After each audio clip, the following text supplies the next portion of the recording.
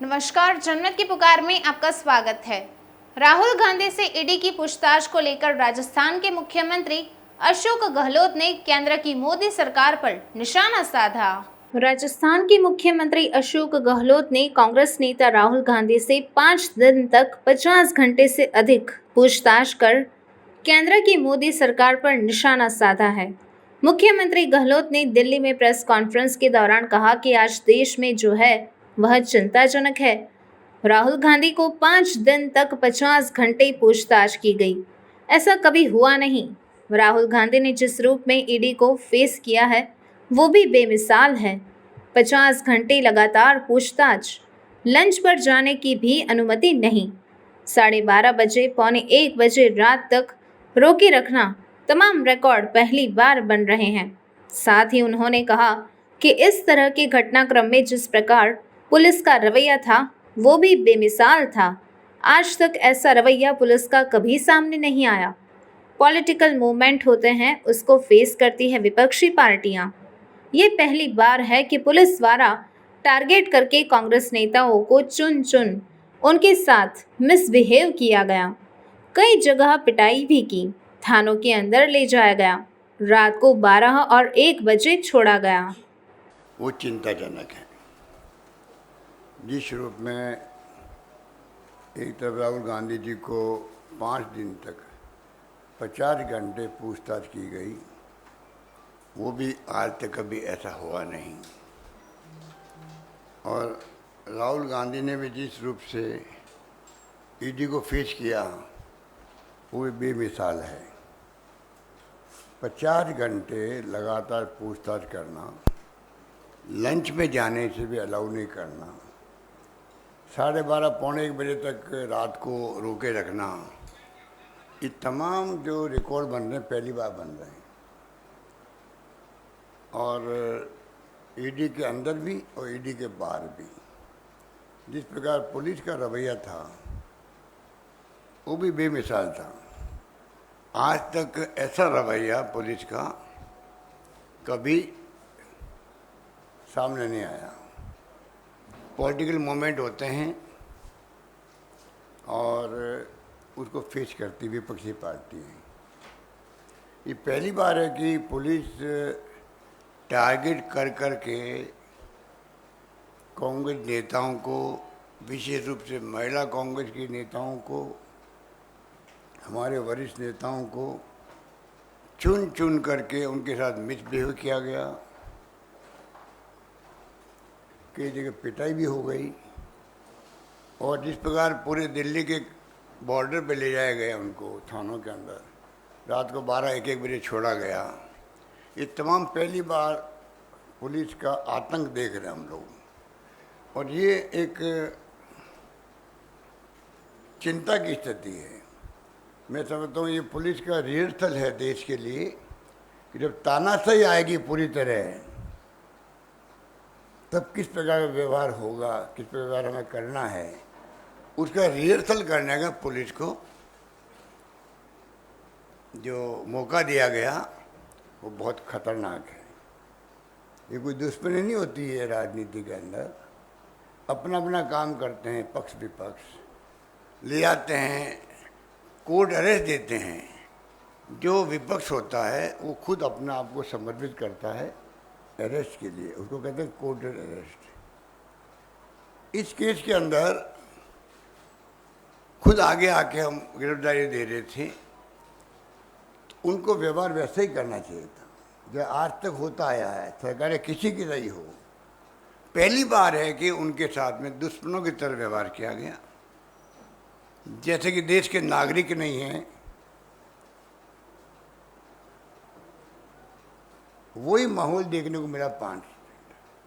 मैं मीडिया के साथियों को धन्यवाद देना चाहूँगा, उसके मेहनत को, उनके हौसले को, क्योंकि उन्होंने भी 5 दिन तक जो संघर्ष देखा है जिस रूप में, और जो उनकी पिटाई भी हुई है कई जगह पर, दुर्व्यवहार भी हुआ है हमारे सामने, टीवी में देख रहे थे, इसमें सोशल मीडिया में देखा हमने। और तो और इतिहास में ऐसा भी कभी नहीं हुआ कि आप कांग्रेस के हेडक्वार्टर में जाके आप अंदर घुस जाए पुलिस और पिटाई करके बाहर लाए मीडिया वालों को भी और आम लोगों को भी। ऐसा भी संभवतः कभी नहीं हुआ। और मैंने कहा कि ये फेडरल स्टेट हुए देश, सरकारें अलग अलग पार्टियों की होती है। अगर आपके दिल्ली के व्यवहार को देख करके राज्य सरकार में भी जो विपक्ष होता है वो बीजेपी होती है, आंदोलन करती, अभी भी आंदोलन किया राजस्थान के अंदर, तो क्या हम लोग भी आपकी तरह बीजेपी के जो हेडक्वार्टर स्टेट के अंदर है उसके अंदर हमारी पुलिस घुसे,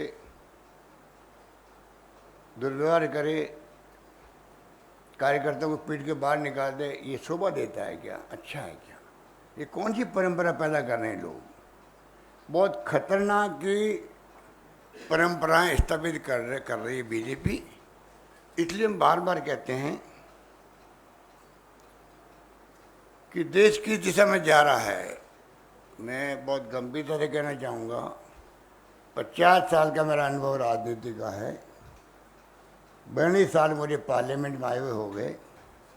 5 बार मैं मेंबर पार्लियामेंट रहा हूँ, 3 बार केंद्रीय मंत्री रहा हूँ, इंदिरा गांधी के साथ में, राजीव गांधी के साथ में, नरसिम्हा राव जी के साथ में। 3 बार मैं प्रदेश कांग्रेस का अध्यक्ष रहा हूँ, 3 बार AICC का महामंत्री रहा हूँ और तीसरी बार मुख्यमंत्री हूँ। ये मैं इसलिए मेरा बैकग्राउंड बता रहा हूँ कि वहाँ पर रिमाइंड करा दूँ कि मैं जो बोल रहा हूँ बहुत ही सोच समझ के बोल रहा हूँ। जो पूरा देश सुन रहा होगा, युवाओं को सुनना चाहिए विशेष रूप से। देश किस दिशा में जा रहा है किसी को नहीं मालूम, देश किस दिशा में जाएगा किसी को नहीं मालूम। इस रूप में आज ये पूरा मुल्क चल रहा है जो बहुत ही चिंताजनक स्थिति है। इसको हमें समझना पड़ेगा और इसका मुकाबला कैसे करें। जब तक जनता साथ नहीं देगी तब तक राजनीतिक पार्टियां अकेली कुछ नहीं कर सकती। जनता को सत्य का साथ देना चाहिए, सत्य का साथ देना चाहिए। और सत्य कांग्रेस के साथ में, क्योंकि कांग्रेस की प्रोग्राम, पॉलिसी और प्रिंसिपल इस संविधान के साथ में मिले हुए हैं। और मैं तो यहाँ तक कहूँगा कांग्रेस के जो प्रोग्राम, पॉलिसी या प्रिंसिपल है वो, और जो देश के स्थिति है हमारी, अलग अलग धर्म के लोग, अलग अलग जातीय वर्गों के लोग, अलग अलग भाषाओं के लोग यहाँ रहते हैं, इन सबको साथ लेके चलना एक बहुत बड़ी चुनौती होती है, जो आज तक 70 साल तक कांग्रेस चलती गई। इसलिए देश एक रहा, अखंड रहा। पाकिस्तान की तरह तानाशाही शासन नहीं आया। धर्म के नाम पे जो आज राजनीति चल रही है उसके लिए मैं विशेष रूप से कहना चाहूँगा, ये हमें रिमाइंड करना पड़ेगा आम जनता को भी कि धर्म के नाम पे ही आज़ादी के वक्त में 2 टुकड़े हुए थे देश के, हिंदुस्तान, पाकिस्तान बना था।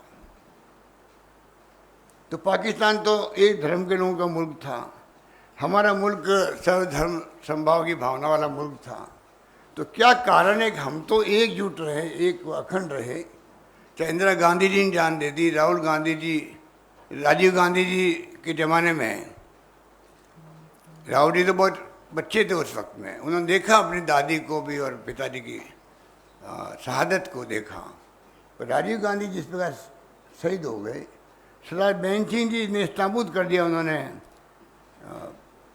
आतंकवादियों को, आखिर में वो भी शहीद हो गए। कितने लोग शहीद हुए थे आपको मालूम है, कितनी घटनाएं आती थी उस जमाने के अंदर। तो मैं पूछना चाहूँगा इन बीजेपी के, RSS के नेताओं से, आप किस हिंदू धर्म के नाम पर लोगों को भड़काते रहोगे? उदाहरण हमारे सामने, हमारा पड़ोसी मुल्क पाकिस्तान हमसे अलग हुआ धर्म के नाम पर। तो क्या कारण है कि पाकिस्तान आज अलग 2 टुकड़े हो गए इंदिरा गांधी जी के ज़माने में? 90,000 सैनिकों को इंदिरा गांधी ने सरेंडर करवा दिया। दुनिया के इतिहास में ऐसी मिसाल कहीं नहीं मिलेगी। वो अलग बात है कि मोदी जी आज तक इंदिरा गांधी का नाम ही नहीं लेते हैं। पर मैं जो विशेष रूप से कहना चाहूँगा आपको पाकिस्तान बांग्लादेश क्यों बना? जब मुस्लिम लोग थे वहाँ पर, मुस्लिम राष्ट्र था, तो एक धर्म के नाम पर मुल्क बनना अलग बात है और मुल्क कायम रहना दूसरी बात है। जो हमने देखा है, मैं तो खुद बॉर्डर पे गया था शरणार्थी की सेवा करने के लिए 71 के अंदर बांग्लादेश के, तो मुझे मालूम है कि क्या हालात थे। तो मुझे बता दीजिए 2 मुल्क क्यों बने हैं एक धर्म के नाम के बावजूद में? 2 मुल्क कैसे बन गए जब एक धर्म के लोग थे? पाकिस्तान और आज जो बांग्लादेश है, तत्कालीन पाकिस्तान था। इसका मतलब धर्म के नाम पे मुल्क बन सकते हैं, तो मुल्क एक रहेगा, अखंड रहेगा, ये कोई गारंटी नहीं है। हमने अपने पड़ोस में देखा है। आज ये हिंदू धर्म की बात करके लोगों को भड़का रहे हैं, हिंदू राष्ट्र की बात कर रहे हैं। अरे अमित शाह जी बोल गए खाली हिंदी को लेके 2 शब्द, पूरा दक्षिण उठ खड़ा हुआ। अमित शाह जी को शब्द वापस लेने पड़ेंगे। मेरे माने ये नहीं थे, अभी 1 महीने पहले की बात है। जो भाषा के नाम पे भड़क सकते हैं देश के लोग, धर्म के नाम पे जो ये खुद ही भड़का रहे लोगों को, तो आप सोचिए कि इनकी सोच क्या है। ये क्या धर्म के नाम पर, हिंदू धर्म के नाम पर ये हिंदू राष्ट्र बना करके इस देश को एक व अखंड रख पाएंगे? यही हिंदू लोग जो है बाद में बात करेंगे तो शेड्यूल कास्ट के लोग हैं। आज तो शेड्यूल कास्ट वालों को गुमराह किया जा रहा है, गले लगाया जा रहा है। आप भी हिंदू हो हमारी तरह। ट्राइबल को कहा जा रहा है आप हिंदू हो, पर इनकी आत्मा को पूछो। मैं बचपन से इनको वाच कर रहा हूँ जनसंघ के रूप में। फिर जनता पार्टी मर्द हो गए थे लोग जब इंदिरा गांधी को जेल भेजा तब, और अब भारतीय जनता पार्टी के रूप में हैं, सत्ता में आ गए। ये कभी भी इन्होंने शेड्यूल कास्ट के लोगों को गले नहीं लगाया था। अम्बेडकर की बात छोड़ दीजिए, गांधी जी को इन्होंने कभी एक्सेप्ट नहीं किया था। तो आज जिस प्रकार से अपना रूप बदला इन्होंने, गांधी की फोटो लगाते हैं, सरदार पटेल की मूर्ति लगाई है मोदी जी ने। पूछो इनको, इस सरदार पटेल जी ने तो आपके आरएसएस को बैन किया था, आपने माफ़ी मांगी थी आरएसएस ने। हम जिंदगी में कभी राजनीति में भाग नहीं लेंगे, सांकेतिक संगठन रहेंगे, उस रूप में इन्होंने माफ़ी मांगी है उस वक्त में। आज उनकी मूर्ति लगा रहे हैं खाली वोटों की राजनीति करने के लिए। कांग्रेस मुक्त भारत बना देंगे। अरे आप क्या कांग्रेस मुक्त भारत बनाओगे? इनकी 7 पीढ़ी आ जाएगी तो ही कांग्रेस मुक्त भारत नहीं बनेगा। ये कांग्रेस और देश की जो भावना वो एक सी है। ठीक है, सत्ता में आए नहीं आए अलग बात है, उसमें कई कारण होते हैं। जो आप देख रहे हो कि धर्म के नाम पे जो हालात बन गए देश के अंदर, तो ये भावना आ गई। कब तक रहेगी वो? महंगाई भयंकर, बेरोजगारी तो हाहाकार मचा हुआ देश के अंदर, आर्थिक स्थिति गर्त में जा रही है, पता नहीं किस दिशा में हम जाएंगे। आने वाले वक्त में क्या फ्यूचर है देश के नौजवानों का, वो आपने देख लिया अग्निपथ को लेके। आप बताइए, कोई शासन, गुड गवर्नेंस इसे कहते हैं। आप इस स्कीम को गुप्त रखो, अग्निपथ को, अचानक आप युवाओं के सामने उनको पेश कर दो। जिन्होंने एग्जाम दे दिए, फिजिकल टेस्ट दे दिया, इंतजार कर रहे थे नौकरी का, अचानक लगा नई स्कीम आ गई है। तो उसी कारण से आज आज्ञा नहीं हुई, तोड़फोड़ हुई। हम इसको समर्थन नहीं करते हैं।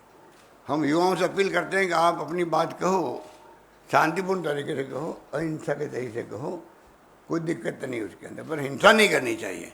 ये भड़का रहे उल्टा कि जिन्होंने भाग ले लिया आंदोलन में, उसको अग्निपथ के अंदर भर्ती नहीं करेंगे हम लोग, पुलिस सर्टिफिकेट मांगेंगे। तो ये युवाओं को भी भड़काने का काम कर रहे हैं। और जो स्कीम आई है उसमें जितने ही रिटायर्ड जनरल, कर्नल, मेजर जो भी है, वो खुल के विरोध कर रहे हैं। उनके 25-30 साल के अनुभव हैं, 35 साल के अनुभव हैं, वो विरोध क्यों कर रहे हैं? और मैं भी देख रहा था एक परमवीर चक्र, कल हमारे जयराम रमेश जी बता रहे थे, जो उनको पुरस्कार मिला मिस्टर कैप्टन बाना सिंह को। वो कह रहा, save the country, Agnipath scheme will badly damage us, India is going through a crucial stage, youngsters are the future of our motherland. इस देश को बचाइए, अग्निपथ योजना हमें बहुत अधिक नुकसान पहुंचाएगी। हमारा देश नाजुक स्थिति में पहुंच गया है। हमारे युवा देश का भविष्य है। ऐसे मैंने संविधान की धज्जियां उड़ रही है, हम लोग सब चिंतित है। तो कहने को तो बहुत सारी बातें हैं, क्योंकि ये जो राहुल जी के सामने जो कुछ किया गया है, आप बताइए मुझे, जिस प्रकार राहुल गांधी को 5 दिन तक 50 घंटे जो बुलाया गया, ऐसा कभी आज तक हुआ क्या? और तो और बिना मनी लॉन्ड्रिंग के, बिना मनी लॉन्ड्रिंग के भी उस केस को बना रहे हैं, जबरदस्ती से बना रहे हैं। जब कोई भी संगठन, जो हमारा एक अखबार था आज़ादी की 1937 में शुरू हुआ, 42 से 45 तक अंग्रेजों ने बैन लगा दिया इस अखबार पर। बचपन से हम नेशनल हेराल्ड को पढ़ता हैं और धीरे धीरे कमज़ोर होता गया। मैं कई लोगों को जानता हूँ जो उनके संवाददाता थे, 15 साल को तनख्वाह नहीं मिली, तब भी जुड़े हुए थे। करे जाए कहाँ, जाए तो जाए कहाँ? जैसे आप लोगों का भी देखा, अभी कोरोना के बाद में संकट आया, आपके कई मालिकों ने देश के अंदर किसी की छटनी कर दी, किसी की तनख्वाह कम कर दी। जिसको 80,000 तनख्वाह मिल रही है, 50 हो जाए तो क्या बीतती है, आप सोच सकते हो सकता है आप में नहीं कोई लोग विक्टिम हो उसका, पर बोल नहीं रहे हो कि जाए तो जाए कहाँ, जाए तो जाए कहाँ वाली बात है। क्योंकि वो भी तो आजकल पत्रकारों के मालिक, अखबारों के मालिक भी तो आजकल तो अगर ज़्यादा ही कोई बोलता है तो ट्रांसफर पोस्टिंग मांग भी हो जाती है सरकार की तरह, तो सब चुप रहते हैं।